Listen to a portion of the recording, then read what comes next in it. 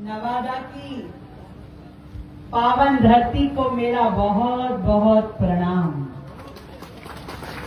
और प्रणाम करती हूँ यहाँ बैठे हुए वासुकीगंज के मेरे सभी भाइयों को, सभी बहनों को, जिन्होंने अपनी खून पसीने से न केवल इस धरती को सींचा है, बल्कि पूरे बिहार को और पूरे भारत को अपनी ताकत लगा करके, अपनी मेहनत करके आगे बढ़ाने में जी जान लगाया है।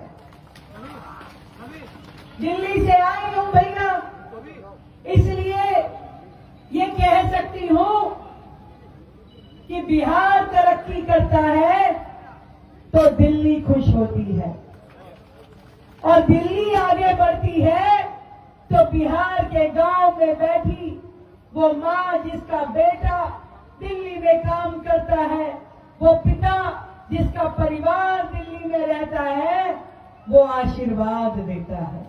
देता है कि नहीं देता है?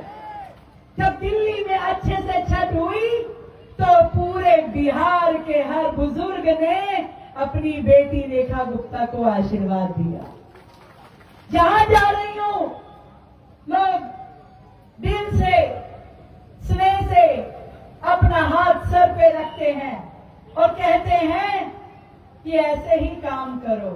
और मैं भी आप सभी को विश्वास दिलाती हूं कि दिल्ली की धरती पे रह रहे मेरे सभी बिहार के भाई बहनों का बड़ी बहन के नाते ध्यान रखूंगी, उनके हर सुख दुख में उनके साथ रहूंगी।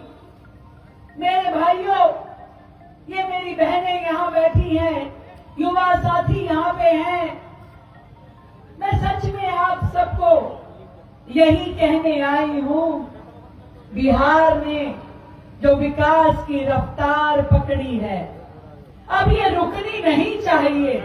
पूरे बिहार में मोदी जी का नेतृत्व हो, नीतीश कुमार जी की सरकार हो, हमारे पासवान भैया का सहयोग हो, सब लोग मिलकर के जिस तरीके से इस 10-15 साल से लग करके बिहार को आगे लेके जाने के लिए काम कर रहे हैं, ये प्रगति ऐसे ही बढ़ती रहनी चाहिए।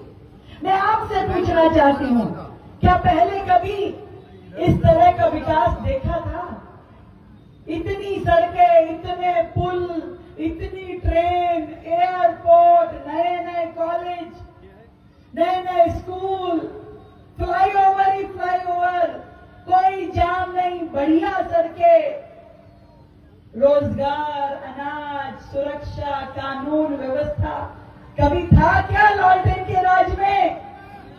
और फिर एक बात और समझ लो, लालटेन का जमाना चला गया। अब लालटेन का जमाना नहीं है, केरोसिन भी खत्म हो गया लालटेन में। अब तो एलईडी का जमाना है, टिकाऊ है, जलती है, रोशनी देती है। तो अब काहे को कोई लालटेन जलाएगा?